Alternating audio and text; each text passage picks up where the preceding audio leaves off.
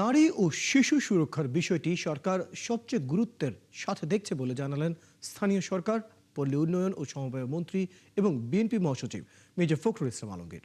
সন্ধ্যায় ঠাকুরগাঁওয়ে ২৫০ শয্যা বিশিষ্ট জেনারেল হাসপাতালের ম্যানেজিং কমিটির সভা শেষে সাংবাদিকদের সঙ্গে আলাপকালে এসব কথা বলেন তিনি।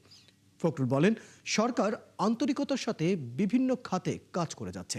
বিশেষ করে নারী ও শিশুদের নিরাপত্তার বিষয়টি সর্বোচ্চ গুরুত্বের সঙ্গে দেখা হচ্ছে। এ সময় নারী ও শিশু নির্যাতন প্রতিরোধ আইন আরও কঠোর করা হয়েছে উল্লেখ করে তিনি আরও জানান, অপরাধের ধরন অনুযায়ী সর্বোচ্চ শাস্তি মৃত্যুদণ্ডের বিধানও কার্যকর করা হচ্ছে। এ সময় ঠাকুরগাঁও জেনারেল হাসপাতালের অবকাঠামো ও সেবার মান আরও উন্নত করতে পর্যায়ক্রমে সব সমস্যার সমাধান করা হবে বলে আশ্বাস দেন মির্জা ফখরুল। যে সবকিছু করার চেষ্টা করা হচ্ছে, সরকার অত্যন্ত আন্তরিকতার সঙ্গে চেষ্টা করছে। নারী ও শিশুদের ব্যাপারটা অনেক বেশি আন্তরিকতার সঙ্গে চেষ্টা করা হচ্ছে।